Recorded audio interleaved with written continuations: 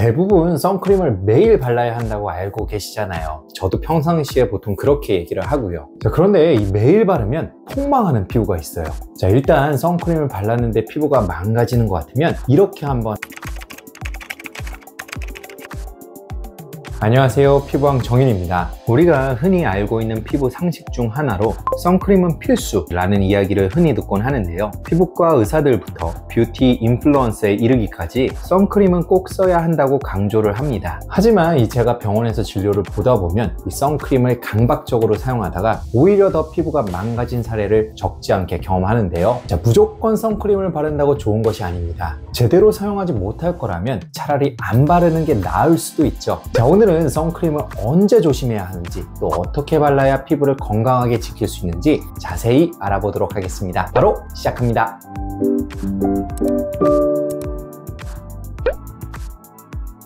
선크림은 누구나 잘 알다시피 자외선을 막아주는 역할을 하죠. 햇빛에 들어있는 자외선은 우리 피부에 매우 심각한 영향을 미치는데요. 자외선에는 UVA, UVB, UVC 세 종류가 있는데 이 중 우리 피부에 도달하는 것은 UVA와 UVB입니다. UVB는 에너지가 강해 피부 표면에 일광 화상이나 피부암을 유발할 수 있고요. UVA는 에너지는 약하지만 피부 깊숙이 침투하여 콜라겐을 파괴하고 노화를 가속화합니다. 과거에는 UVB 차단이 더 강조됐지만 지금은 UVA도 피부 손상과 노화의 주요 원인으로 밝혀지면서 UVA까지 차단할 수 있는 선크림이 필수가 되었죠. 날씨가 흐리든 비가 오든 실내에 있든 우리는 항상 어느 정도 자외선에 노출되기 때문에 매일 선크림을 바르는 것이 기본적으로 권장되곤 합니다. 하지만 선크림을 발랐다가 피부가 뒤집어지는 경우도 적지 않은데요. 선크림 안에 포함된 성분이나 선크림의 제형이 피부에 안 좋은 영향을 미치기도 하기 때문이죠. 이런 분들은 강박적으로 매일같이 선크림을 사용하다 보면 오히려 트러블과 염증으로 인해 피부 노화가 더 빨리 찾아올 수도 있습니다. 따라서 무조건 바르는 것보다는 자신의 피부 타입과 상태를 먼저 고려하여 선크림의 득과 실을 비교해 보고 선크림을 바르는 것이 더 이롭다고 판단될 때 사용하는 것을 권장드리고 싶네요. 선크림만 발랐다 하면 얼굴에 트러블이 올라오고 피부가 예민해지거나 붉어지는 경우가 있죠. 이럴 때는 선크림을 무리하게 사용하는 게 피부에 독이 될 수 있습니다. 단순히 선크림이 내 피부에 맞지 않는다고 생각하기 쉽지만 실제로는 몇 가지 이유로 이러한 문제가 발생하는데요. 첫 번째, 선크림이 모공을 막아 여드름을 악화시킬 수 있죠. 화장품이 원인이 되어 발생하는 여드름을 화장품 여드름이라 부르는데요. 가장 흔한 원인이 바로 선크림입니다. 기본적으로 선크림은 상당히 오일리한 편이죠. 게다가 이소프로필 미리스테이트, 데실 올레이트 등의 유화제 성분이나 디메치콘, 사이클로펜타실록산과 같은 실리콘 성분들이 많이 포함된 경우 이 피부에 막을 형성하면서 모공을 막아 여드름 유발 가능성이 올라갈 수 있습니다. 두 번째는 선크림에 불완전하거나 과도한 세안으로 인해 피부 트러블이 생기는 것인데요. 이 선크림을 바르는 것까지는 좋은데 이를 깨끗하게 제거하지 못하면 남은 선크림 성분들이 모공에 남아 피지와 함께 뭉쳐지면서 염증을 일으키게 됩니다. 또한 반대로 너무 강한 세안제로 선크림을 제거하면 피부 장벽이 약해져 더 예민한 피부로 변할 수 있습니다. 마지막으로는 선크림 성분에 의한 자극과 알러지 반응인데요. 선크림 중에서 유기자차에 해당하는 화학적 자외선 차단제의 경우 일부 성분이 피부에 흡수되면서 자극을 주기도 합니다. 예를 들어 옥시벤존, 아부벤존, 옥틸메톡시신라메이트 등은 접촉 피부염을 유발할 가능성이 있다고 알려져 있고요. 선크림에 포함된 보조 성분이나 향료, 방부제 성분 등에 의해서도 알러지 반응이 생길 수 있습니다. 자, 앞서 언급한 이유 때문에 평소 피부가 민감하거나 선크림을 바르기만 하면 피부가 망가지는 분들이 선크림을 바를 때는 몇 가지 중요한 포인트를 알고 사용하는 것이 중요합니다. 첫 번째, SPF 수치나 PA 등급이 높을수록 좋은 것이 아닙니다. SPF는 UVB의 차단지수, PA는 UVA의 차단지수를 의미하는데 이 많은 사람들이 숫자가 높을수록 플러스가 많을수록 무조건 더 좋은 제품이라고 생각을 하죠. 하지만 자외선의 실제적인 차단 효과는 숫자 차이만큼 크지 않은데요. 예를 들어 SPF 30은 UVB를 97%, SPF 50은 98%, SPF 100은 99%를 차단하기 때문에 SPF 30 이상이라면 이 차단율의 차이가 극히 미미한 수준입니다. 오히려 이 SPF 수치나 PA 등급이 높을수록 화학 성분의 함량이 증가해 피부 자극이 커질 수 있는데요. 대부분의 선크림 광고에서 이 수치들이 얼마나 높은지를 강조하는 경향이 있지만 선크림을 바르고 피부가 쉽게 민감해지는 사람이라면 오히려 너무 높은 제품을 피하는 것이 좋습니다. 개인적으로 데일리용으로는 SPF 30, PA3+ 이상이면 충분하다고 보고요. 장시간 강한 햇빛을 쬐 경우에만 SPF 50 이상, PA4+ 이상을 선택하는 것이 좋겠죠. 두 번째, 유기자차와 무기자차를 꼭 구분해야 합니다. 유기자차란 화학적 자외선 차단제, 무기자차란 물리적 자외선 차단제를 말하는데요. 유기자차는 피부에 흡수된 후 화학 반응을 통해 자외선을 차단하는데 이 과정에서 열이 발생하면서 피부 자극이 생길 수 있습니다. 유기자차의 대표적 성분인 옥시벤존, 아보벤존은 피부 알러지나 접촉 피부염을 유발할 수 있는 원인으로 잘 알려져 있죠. 반면에 무기자차는 피부에 막을 형성하여 피부 표면에서 자외선을 반사하는 형태인데요. 바르는 즉시 효과가 나타나며 피부 자극이 적은 것이 특징입니다. 징크 옥사이드와 티타늄 다이옥사이드가 대표적이죠. 대신 피부가 하얗게 변하는 백탁 현상이 나타날 수 있습니다. 따라서 피부가 민감한 사람이라면 무기자차를 선택하는 것이 안전하겠죠. 다만 모든 피부가 무조건 무기자차를 사용해야 하는 것은 아닌데요. 무기자차는 백탁 현상이라는 단점을 지니고 있기 때문에 건강한 피부라면 유기자차와 무기자차 중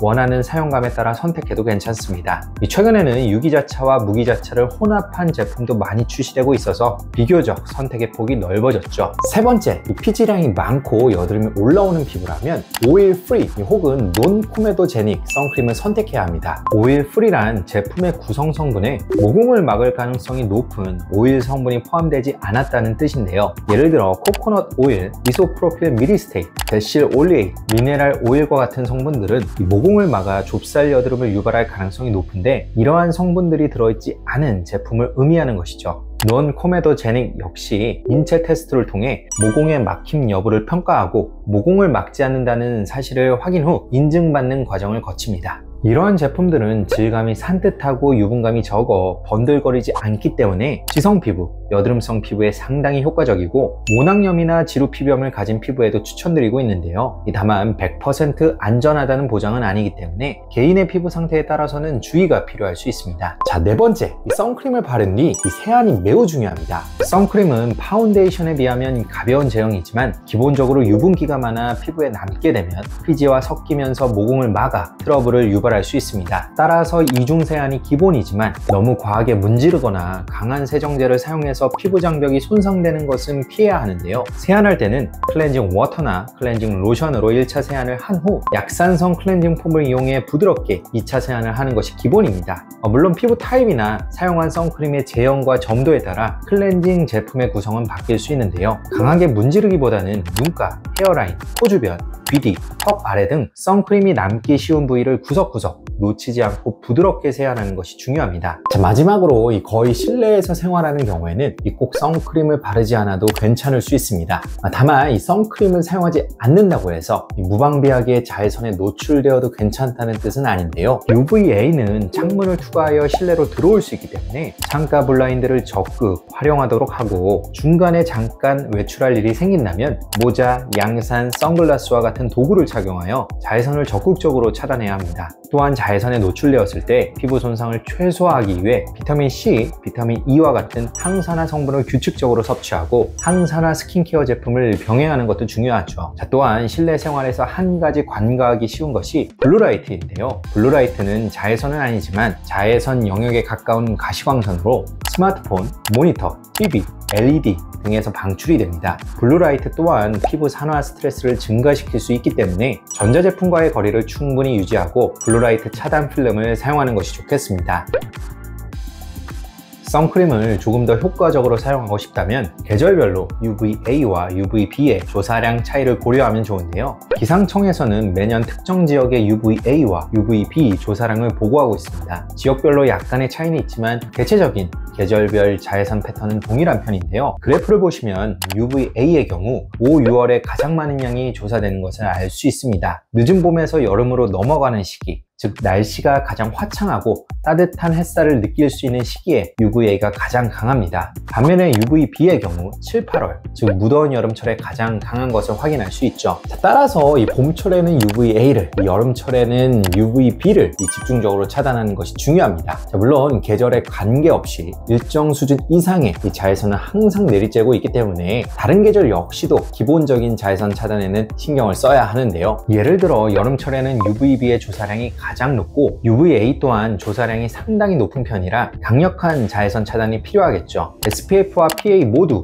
높은 선크림을 선택하시고요. 날씨가 더워 땀과 피지가 증가하는 시기이므로 워터프루프 혹은 오일 프리, 논 코메도제닉 제품을 또한 열 반응이 적은 무기자차 성분을 사용하는 게 유리할 수 있습니다. 반대로 겨울철에는 UVB 조사량이 가장 낮아지기 때문에 야외 활동이 적다면 SPF 수치가 낮은 선크림을 써도 괜찮습니다. 날씨가 건조하기 때문에 피부 보호를 위해 보습력이 높은 크림 타입의 선크림을 추천하고요. 또한 겨울에는 실내 활동이 많아지는 만큼 블루라이트에 의한 피부 스트레스를 줄일 수 있는 제품을 고려하는 것도 중요합니다.